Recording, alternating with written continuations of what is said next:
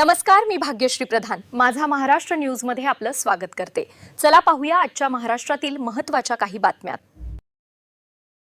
इंधन दरवाढीचा शेतीमालाला दुहेरी फटका। मालवाहतूक ठप्प झाल्याने धुळ्यात टोमॅटोचे भाव कोसळले। इंधन दरवाढ आणि डिझेलचा तुटवड्याचा मोठा फटका आता थेट कृषी क्षेत्राला बसू लागला असून धुळे कृषी उत्पन्न बाजार समितीतून परराज्यात जाणारी मालवाहतूक गेल्या 15 दिवसांपासून जवळपास ठप्प झाली आहे।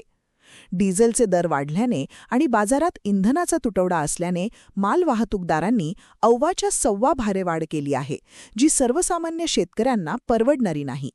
परिणामी शेतकऱ्यांचा दर्जेदार माल बाहेर जात नसल्याने स्थानिक बाजारात आवक वाढून शेतकऱ्यांचे मोठे नुकसान होत आहे। तर दुसरीकडे बाहेरून येणारा माल धुळ्यात पोहोचत नसल्याने पालेभाज्यांची टंचाई निर्माण होऊन सर्वसामान्यांचे बजेटही कोलमडले आहे। डिझेलच्या वाढत्या दरांमुळे ट्रान्सपोर्टसाठी गाड्या मिळणे कठीण झाल्याने जो एक्सपोर्ट क्वालिटीचा टोमॅटो मुंबई, इंदोर आणि सुरतच्या मोठ्या बाजारपेठांमध्ये 700 ते 800 रुपयांना विकला जात होता, तो आता वाहतुकीअभावी धुळ्याच्या स्थानिक बाजारात केवळ 400 ते 450 रुपयांना मातीमोल भावाने विकावा लागत आहे। स्थानिक मार्केटमध्ये टोमॅटोची आवक अचानक वाढल्याने भाव अक्षरशः कोसळले आहेत। तर दुसरीकडे परराज्यातून येणाऱ्या कोथिंबीर आणि इतर पालेभाज्यांचे ट्रक धुळ्यात न पोहोचल्याने बाजारात तीव्र टंचाई निर्माण होऊन त्यांचे भाव गगनाला भिडले आहेत। थोडक्यात सांगायचे तर एकीकडे शेतकरी वाहतूक कोंडीमुळे आपला माल कवडीमोल भावाने विकून आर्थिक संकटात सापडला आहे, तर दुसरीकडे महागड्या भाज्यांमुळे सामान्य नागरिकही त्रस्त झाला असून प्रशासनाने या इंधन आणि वाहतुकीच्या दुहेरी संकटावर तातडीने तोडगा काढण्याची नितांत आवश्यकता आहे।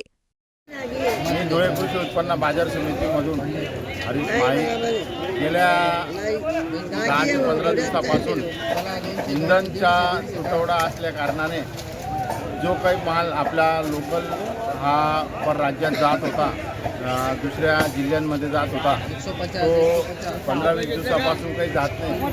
कारण की शेतकऱ्याला जे काही ट्रान्सपोर्ट करासाठी जे काही गाडी धारक आहेत, गाडी चालक मालक जे आहेत, ते गाडी देत नाही आहे, कारण की त्यांना इंधन भेटत नाही, डिझेल भेटत नाही। त्याच्यामुळे जो स्थानिक माल आहे तो आपल्याच या ठिकाणी मार्केटमध्ये येतो आहे धुळे कृषी उत्पन्न बाजार समितीमध्ये, आणि तो या ठिकाणी येत असल्यामुळे आवक वाढलेली आहे। आवक वाढल्यामुळे भाव कमी झालेले आहे। ज्या शेतकऱ्याला हा एक्सपोर्ट क्वालिटीचा माल मुंबई, वाशी, इंदोर तसंच सुरत या ठिकाणी 700-800 रुपये जायला जातो, तो या ठिकाणी मात्र 400-450 रुपयात विकावा लागतोय।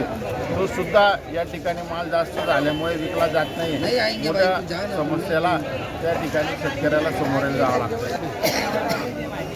आणि काही ठिकाणी माल जो काही परराज्यातला आपल्या इथं येतो, तो माल या ठिकाणी येत नसल्यामुळे काही कोथिंबीर असेल, त्याच्यानंतर बाकीचा जो काही माल असेल त्याला प्रचंड या ठिकाणी मागणी वाढलेली, तिथं भावही गगनाला भिडलेले आहेत। ते परवडण्यावर सर्वसामान्य नागरिकांना ते परवडणारे नाही।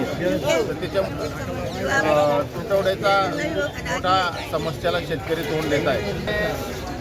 डिझेलचे दरही वाढत आहेत, त्यामुळे सुद्धा गाडीधारक जे आहेत ते या ठिकाणी माल घेऊन जाण्यासाठीचं जे काही त्यांचं नेहमीचं भाड्याचं ठरलेलं असतं त्यापेक्षा वाढवून मागत आहेत। त्यामुळे शेतकरीसुद्धा त्यांना माल देण्यासाठी या ठिकाणी प्रॉब्लेम येतोय।